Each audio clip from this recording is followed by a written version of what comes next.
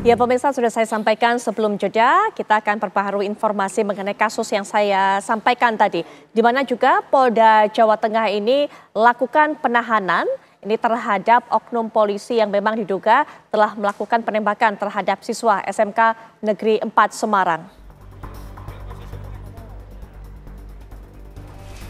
Dan dari hasil penyelidikan sementara penembakan dilakukan sebanyak 2 kali.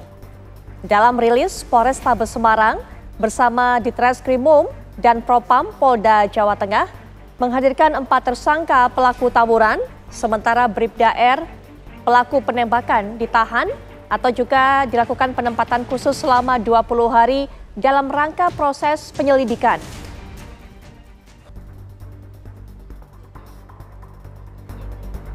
Keterangan lebih lanjut akan kita dapatkan dari narasumber yang sudah bergabung dengan kita melalui daring, yaitu Kombes Pol Artanto selaku Kabid Humas Polda Jawa Tengah. Selamat malam Pak Artanto.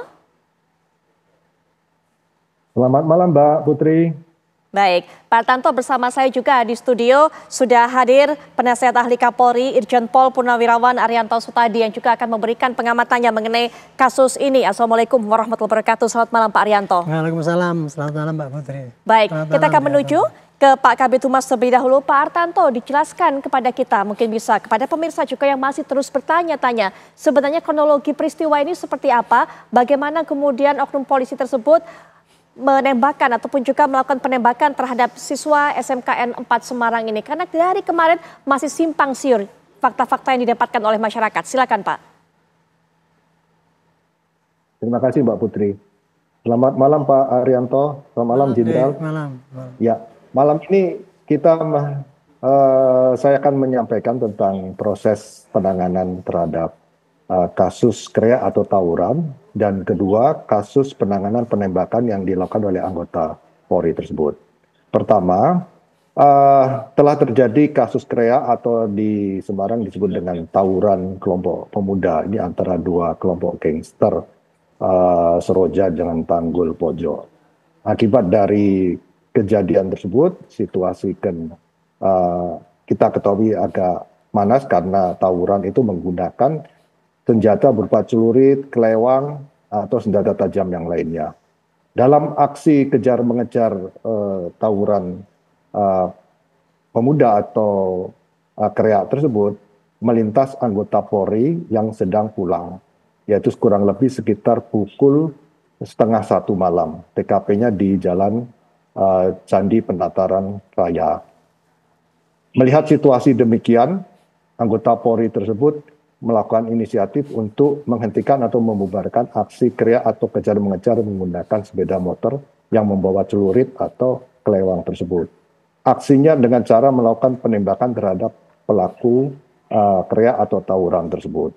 Akibat dari aksi penembakan tersebut, satu pelaku KREA mengalami luka di pinggul sebelah kanan dan berakibat meninggal dunia.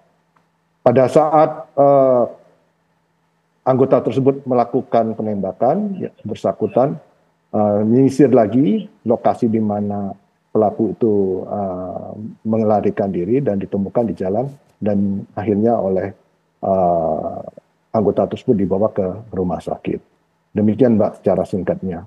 Baik, Pak Artanto, kenapa kemudian sampai dilakukan penembakan oleh anggota tersebut, Pak? Apakah memang kondisinya sudah terdesak ataukah sebenarnya memang hanya untuk melerai biasa, Pak?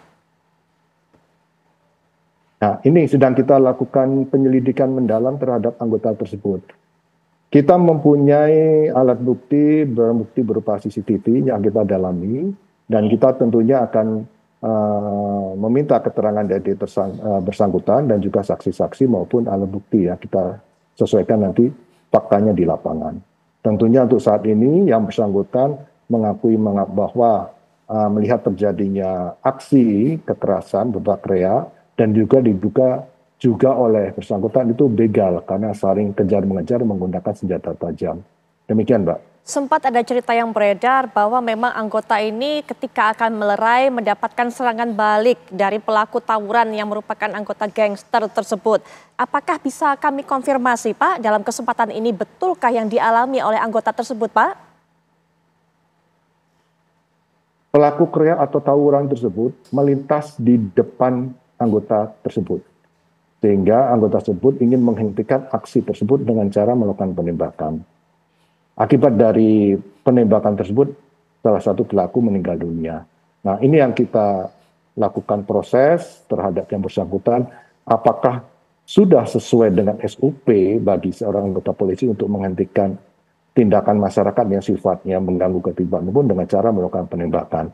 Oleh karena itu, yang bersangkutan saat ini sudah kita lakukan proses penyidikan dan oleh Bid Propam Polda Jawa Tengah, dan saat ini yang bersangkutan dikenakan proses kode etik profesi kepolisian dan dilakukan penahanan di penempatan khusus selama 20 hari.